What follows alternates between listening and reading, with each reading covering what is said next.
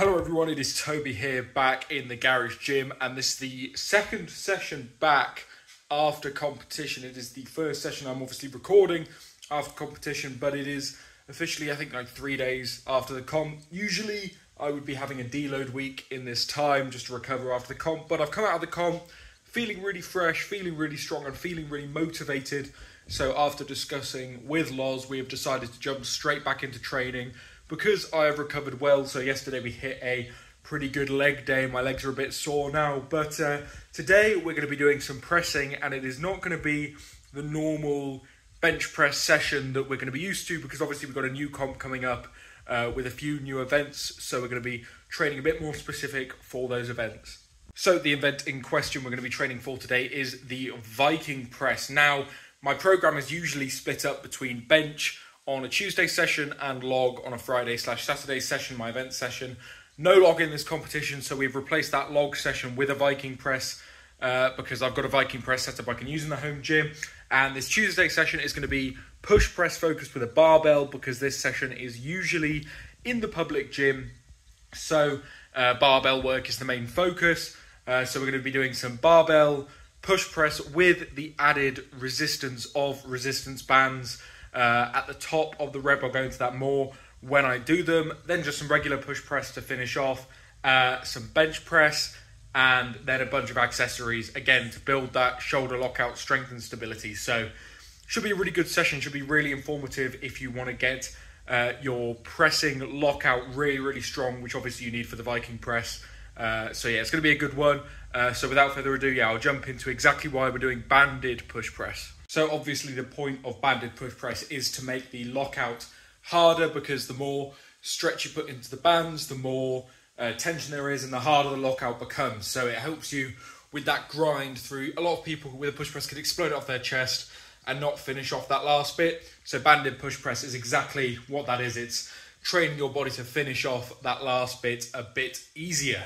So I've ordered some pretty more heavy duty bands, let's say, because all the bands I have in here are just like Amazon cheap, like door resistance bands. I don't trust them that much, but they will do for today's session. So I've got the setup currently here with two, I think 30-pound bands. I think they're about 13 kilo of resistance, which is probably about right. I don't really know. The ones I've got coming are between, I think, 10 and 30 kilo of resistance, so we'll see how they are, but I've got them locked onto the bar, and obviously we're going to add weight as well to make it heavier, but for now it is going to be, this pretty good setup, and as I say, it's going to increase the difficulty of that lockout, so it should be really nice. And it's not only the difficulty of the lockout, but it's also the instability as well, because you've got the bands pulling you back down as you're fighting it.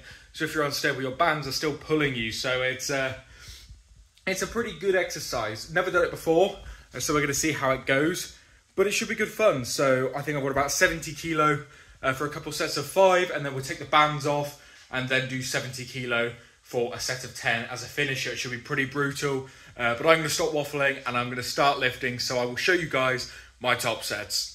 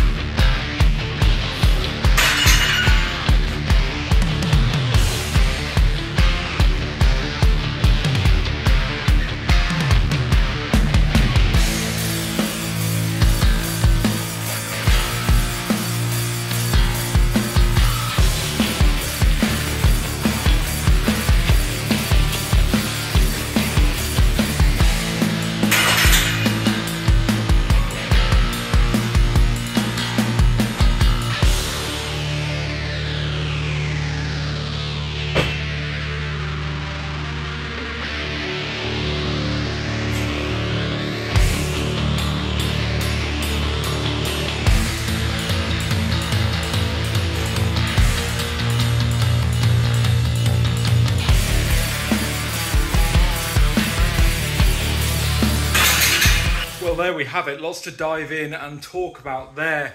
Obviously, the first set had the bands just looped around the ones. That was way too easy. Couldn't even feel the bands, so I looped them round and for the second and third set, and they were noticeably much harder. Still not precisely where I want, but a lot closer. Obviously, the bands coming in the post for next week will resolve that, but for these ones, yeah, it really got to me on the third set of those you saw. The first rep, I really had to think about what I was doing. I got there and it just wouldn't finish the rep until I properly really put some effort into it. But that's why we're here. That's what the bands are for. You really notice the instability and it catches up with you quick on these. But yeah, the set of 10 after felt fantastic. Really, really smooth and snappy. Yeah, great start to build off of over the next few weeks. Now we are going to move on to bench press, which I guess is the more heavy compound of today. 3 sets of, I think, 5 to 8 at 107.5 kilo. Yeah, nothing more to do but to do it. So I'll jump right in and you will see them right now.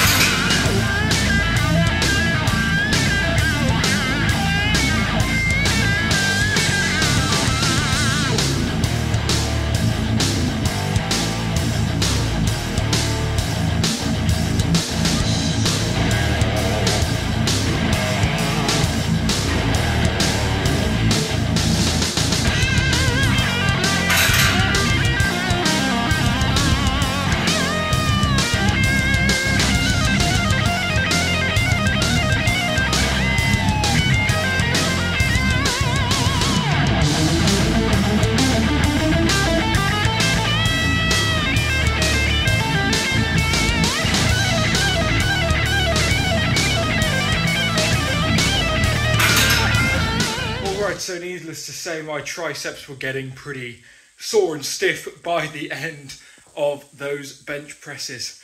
And the pressing doesn't stop there. We have got some more coming up in the accessories portion of this video. But yeah, this is going to be really good for my pressing, these sessions. Getting to the bench press once, I've already pre-exhausted with the overhead press has been. Yeah, it's been an eye-opener. It's definitely made it harder, but it's what we need. My triceps feel really, really pumped, really good.